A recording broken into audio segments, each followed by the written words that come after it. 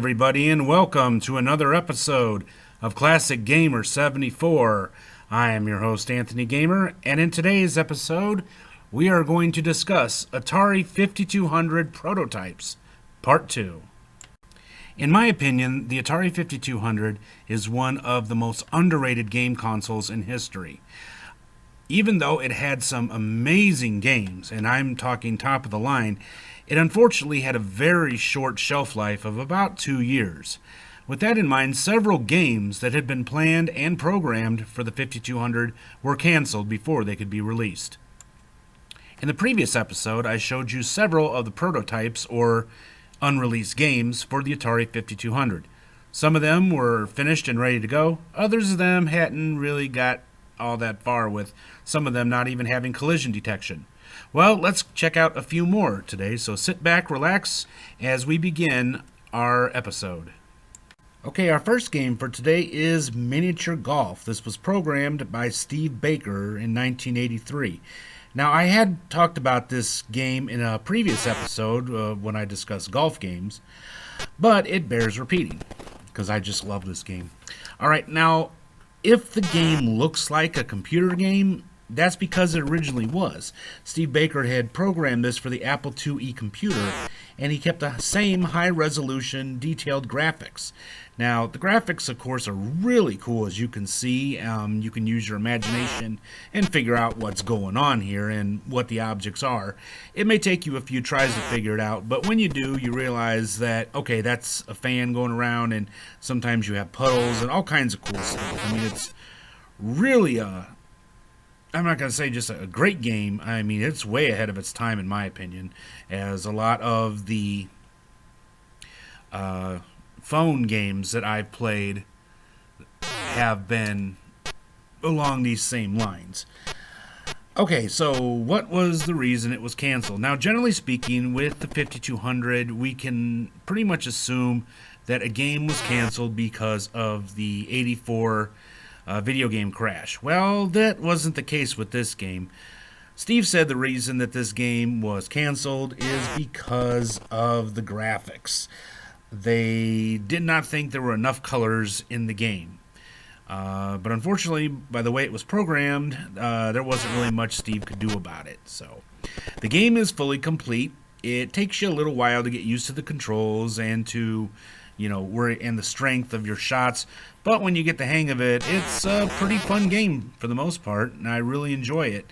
It takes a while, but hey, you know what? It's 18 holes of golf, so what do you expect?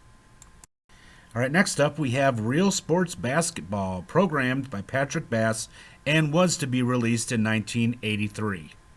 Now, the story behind Real Sports Basketball is kind of interesting, as there had been plans for quite a while to make a Real Sports Basketball for the Atari 2600.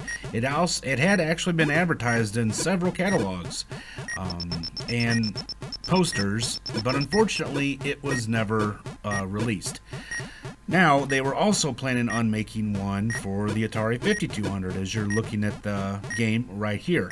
One of the biggest problems with this game, in my opinion, is the fact that you have to use the keyboard button before you shoot to let them know what type of shot you're gonna take. Now, you can just hit the button, as I sometimes do. I just kind of stand by the basket and shoot, but it doesn't really always work out that well, as you can just see there. Now, you do have AI that is helping you out, so you can go one-on-one, or you can have two-on-two like I'm doing right here. You can see my computer partner just made that really cool shot. Now, one thing I really like about this game is the scrolling down at the bottom with a lot of smart aleck comments. I really like that. I got a feeling, though, that if this game would have been released, they probably would have taken that out, though. But who knows? It's a really fun game. And again, it's just really sad that the game wasn't released. It could have had a little bit of tweaking done on it, but overall, the game is pretty cool. As it would pretty much have been impossible to make a Real Sports Basketball for the 2600. I mean, realistically, how are you going to play anything more than one-on-one with one button? So, There's also some really cool Easter eggs hidden in the game, and it's really a joy to play. So you will definitely want to check out this lost gem. Alright, next up we have Meebzork from 1983. Now, this game was programmed by Eric Mangues and Marilyn Churchill. This was to be an adventure game, kind of similar to Adventure, as you are the brave Meebzork and you are going out to find a treasure in a forbidden castle. You have seven stages to go through before you make it. It's kind of a cool game. The only problem is it's really not finished, and it needed a lot of tweaking before it had been released. Overall, not a bad start, though. In our next game, I have to ask a question. Do you know how to play backgammon? Well, I don't, but if you do, you'll really like Microgammon SB.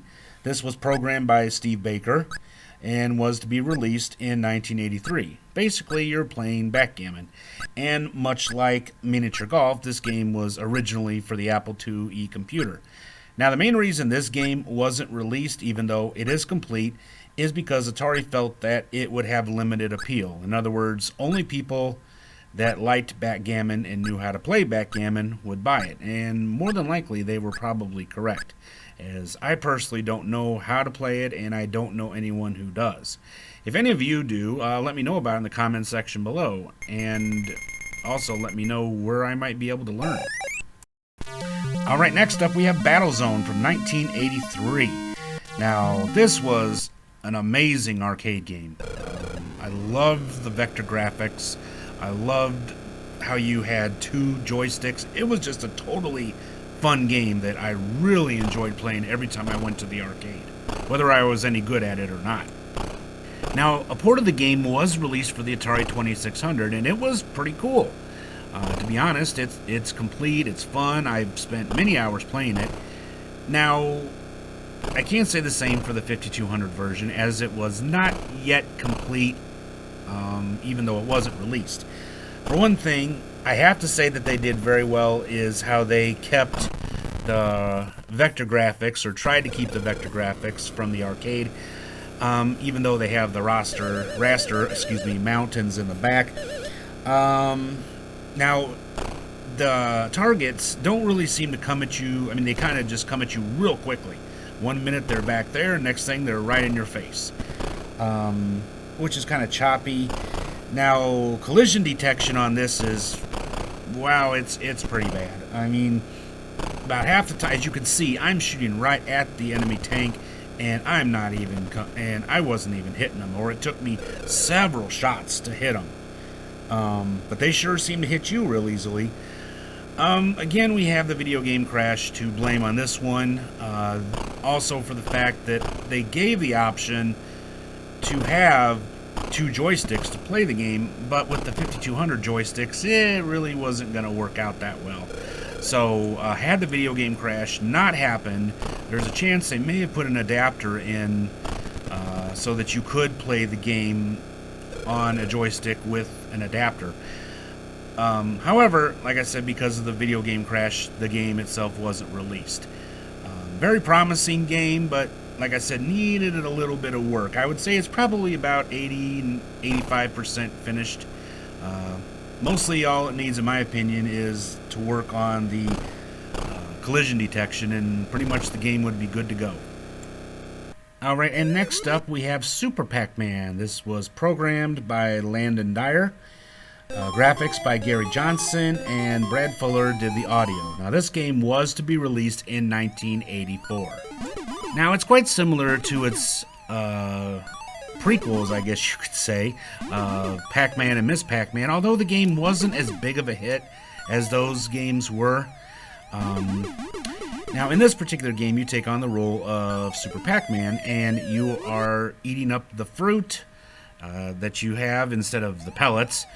In this first level, you have apples, and you have those keys that are all over the place. Now, those keys open up the doorway to the super pellets. Now, when you get the super pellets, you get really, really big, and you can actually pretty much move around the screen wherever you want. One of the problems, though, is that it can be kind of hard to control at times. And overall, the game is not that bad. It was not, like I said, a really big hit. It was kind of one of those ones that was kind of like a minor hit that, you know, people just kind of like, hey, it's Super PAC Man. And of course, I played it, much like other people, just because it had the PAC Man name on it. Alright, so the game itself was pretty much complete. I'd say it was just complete, period. Why wasn't the game released? Well, it was the year. As you see, it was 1984. The video game crash had happened. Then you had the Tramiel take over, and every game that was to be released for the 5200 was canceled, and this was one of them. Alright, next up we have Asteroids from 1982, programmed by Todd Fry. Now, the messed up part about this prototype is it was supposed to be the launch title. Now, the launch title for other systems, just to give you an idea, for the 2600, it was Combat. For the 7800, they had Pole Position 2. And for the Nintendo Entertainment System, its launch title was Super Mario Brothers / Duck Hunt. And this was to be the one for the 5200. So why wasn't it released? Well, there's several reasons behind it. One is the problem with the 5200 joystick. Now, even though they realized there were going to be problems with the joystick of the 5200, they had planned to release it anyway, and they were going to put a special joypad, I guess you could say, or controller, for lack of a better term, just for this game. It was a square kind of box with buttons, kind of similar to what the arcade version had. Also, another thing about this game was the 5200 was capable of creating vector graphics like the arcade, but unfortunately they decided not to. Now, another thing to keep in mind is that the 5200 had 4 ports. So, technically, 4 people could play this at the same time, which was something they had planned, as there were several modes in the game, such as melee, co-op, team, and then when you picked them, you had the option of patrol or combat. Now, herein lies another problem. It's really unknown whether Atari planned on releasing the Asteroid joystick separate from the cartridge, because if you were going to play multiplayer mode, everybody would have had to purchase the game in order to get the controller, which was kind of unlikely, to be honest with you. So it pretty much had problems all over the place. Now, as far as I know, there is only one controller in existence, and it is held by a private owner. But regardless of the fact, the game is pretty playable, although to be honest with you, without the vector graphics, it really doesn't even hold up that well against the 2600 version. Alright, and our final game for today is Blaster from 1984, programmed by Eugene Jarvis and Larry DeMoss. Now, check out these graphics. These are something else.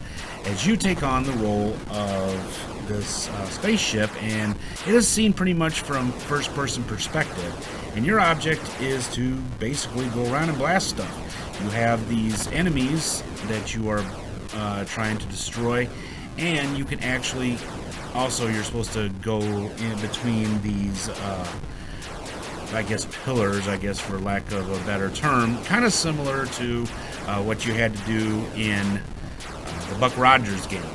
But check out those graphics. Aren't those amazing? Oh, wow. This game, actually, believe it or not, was a perfect example of a game that was actually originally released for a game console before it was released for the arcade. Oh yeah, it was actually programmed long before the game was released in the arcade. So unfortunately, yeah, the game itself was not a tremendous hit. The arcade game, I mean. But regardless of that fact, the game itself is pretty cool, and the graphics are way ahead of their time, showing exactly what the 5200 was capable of doing. Again, it's just a shame that this game wasn't released because, oh, wow, it's just hard to believe this game came out in 1984, to be honest with you. Well, that brings us to the end of another episode of Classic Gamer 74. I really hope you all enjoyed it. I sure enjoyed bringing it to you. If you did, you know what to do. Give me a great big thumbs up, subscribe if you haven't already, and don't forget to click that little bell icon at the bottom so you'll be notified when I upload new episodes.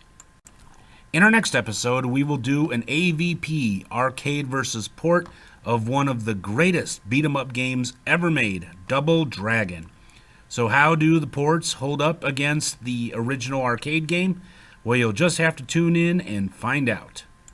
Don't forget that I will be live here on YouTube every Wednesday night at 9 p.m. Central Time.